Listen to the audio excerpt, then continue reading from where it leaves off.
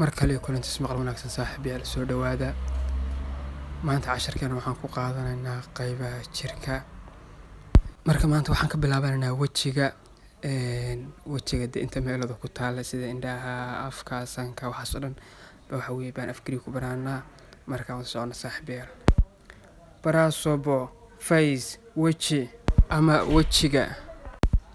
Malia timaha waa tinta madaxa.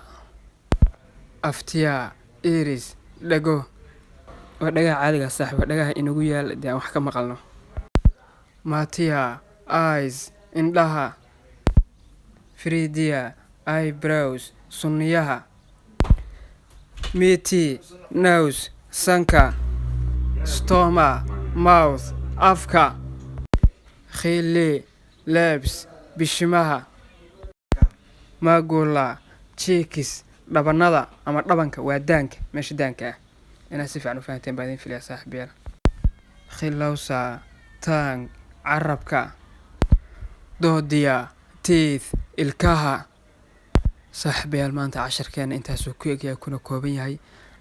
Casharkan maanta wuxuu barbilow u yahay casharada soo socda aan ku qaadan doono qaybaha jirka. Waana qaybta koobaad. Marka maanta qaybta koobaad waxaan ku qaadanay wajiga inta xubnood ku taala hada sankii dhagii afkii ilkii carabkii inta ugu muhiimsan timihii sunniyihii.